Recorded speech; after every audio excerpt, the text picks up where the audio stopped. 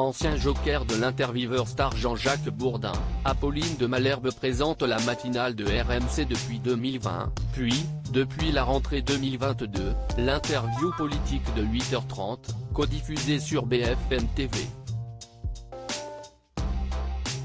Elle se livre dans un entretien accordé à Télé 2 Semaines. Aux commandes d'Apolline Matin, codiffusée du lundi au vendredi sur RMC et RMC Story, Apolline de Malherbe a pris du galon depuis la rentrée 2022. L'ancien joker de Jean-Jacques Bourdin pour la très attendue interview politique quotidienne de 8h30 a en effet remplacé officiellement le journaliste, une fois son départ acté par le groupe Altis. Cette mère de 4 enfants a désormais toutes les cartes en main pour son face-à-face quotidien diffusé sur BFM TV. L'occasion pour elle d'évoquer l'après Jean-Jacques Bourdin dans un entretien à retrouver en intégralité chez nos confrères de Télé 2 Semaines. Apolline de Malherbe ne renie pas l'héritage de Jean-Jacques Bourdin. Je ne renie pas l'héritage de Bourdin.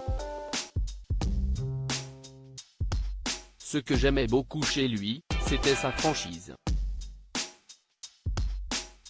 Mais je le fais à ma manière, avec un ton qui est le mien.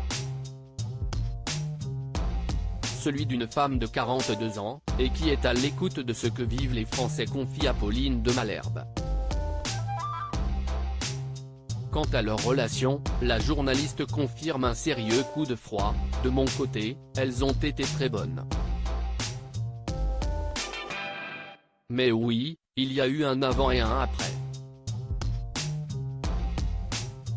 Pendant 8 ans, j'étais son joker et nous travaillons main dans la main.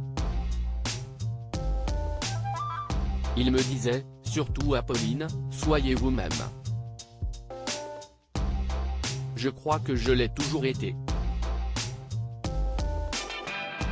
Mais à partir du moment où une nouvelle page s'est ouverte, je pense que ça lui a été assez insupportable.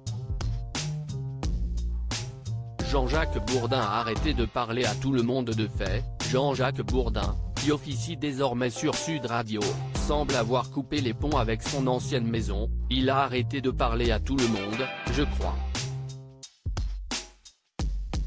J'ai bien vu ces attaques, mais pour moi, cela n'avait pas grand intérêt.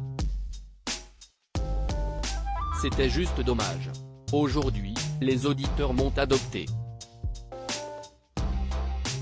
Qu'importe, la nouvelle reine de l'info de BFM TV peut se satisfaire des très bonnes audiences de sa tranche, dont elle justifie les évolutions. La difficulté pour moi, ce n'est pas de caler des invités, mais d'essayer de diversifier les profils.